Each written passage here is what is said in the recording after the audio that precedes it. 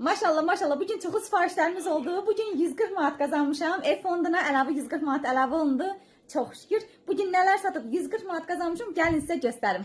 Gün dört vlogundan herkese selamlar. Bugün neler satmışım maşallah maşallah. Çok siparişlerimiz var. Gelin bakalım bugün kimden ne siparişler biz bugün ne kadar kazandık. Birinci neden başlayayım bilmiyorum. Demek kızlar. Bizim yay olanlarımız vardı. Endirimli olan. Hazır gelmişim 45'e. Bugün çoklu onlardan siparişimiz var. Hemen bir kanalın ikisine sefer yatakta siparişlerimiz çıkan. Bir de bunlardan birini. Şimdi ondan yine şu birini de aldık. İki tane aldık sakla. Bir de budu pası kremle. Bak yazmışım burada. Mehmet Emin Profili. Bir de iki tane bakımdan sipariş edildi. Yay olanından. Bu ikisi bu kanaldı. Daha sonra bakayım göstereceğim. En iyi yay olanından kızlar. Bir tane de başka bir rengi var burada. Bunda bir kanal yok da haklar. Bunu yazmışım yazacağım. Bu da 45'lik taktı. Bu da ikinci siparişimiz. Daha sonra en iyi olan akışlar kızlar. Az bir krem renkli. Bakın bu. Bunlar en iyi olan bu kanalın. Demin kanalına Sumbay'da onu göndereceğim. Sumbay'da çatma 3 manat bu arada. Bu da üçüncü siparişimiz. Daha sonra en iyi o yay olanlarından kanallar. Bir tane bir de akış vardı bir tane. Bunu da müşteri kapat müşterimize göndereceğiz. O da kanalın daha müşterimize onu göndereceğiz. Farklı 5. siparişimize sipariş edeyim. Bu da hemen yay olanı da taktı. 53 45 lira. Bu da böyle.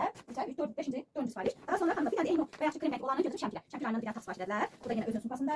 Daha sonra kızlar deməli iki tane de teknik bizim pasetasında ikisinde en sipariş edip hanım. Bir kızlar bir seçildi. Geleceğim onlar pasetası alırım. Ona ikisi en olsun ve çok böyle renkli sevimliler. Açık tonlar biraz soft tonlar olsun. Bak bir gün sabah iki tane sipariş, iki tane teknik zaten iki tane kalmıştı. Bir de bunun adresi var. Bu arada kızlar tellerimiz premium üyesi 5 lira. Bir tane 67 kanal içinden gönderdim. 124 manat. Bir de hanım biraz doktor yaşlı sivrize yaşıyor. Orada taktırmamız yarı yarı ödenmiş. Yaşlı hanım ödeyecek taksımını yazsınlar. Çünkü orada çok yazar. 15 16 manat yazır. Yaşlı ödeyecek yazsınlar. Bu da bir bunu sivrize olan kanıma gönderdim. Bir tane sipariş kızlar Türkçen meselesine gönderdim. Adını burada yazacağım dönmesine falan. Bu da ne var? Demek ki hanım bizden bir tane ressam bakanı yok. Onun siparişini bir tane kalmıştı. Kutu düşmüştü. Bir de hanımda böyle bir yatak taşı sipariş vermişti. Bak bu da çok güzeldi. Kızlar bunlar mafya kadın pamuk rampos veriyordu.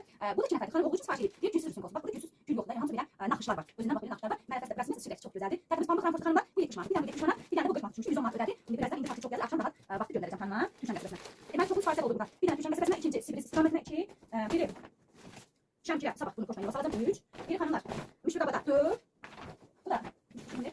Bu da Reyhan Hanım Sungay'da 5. Biri de kaplara 6. Ve kızlar iki tane de bu hanım siparişleri. Bu da 7. siparişimizi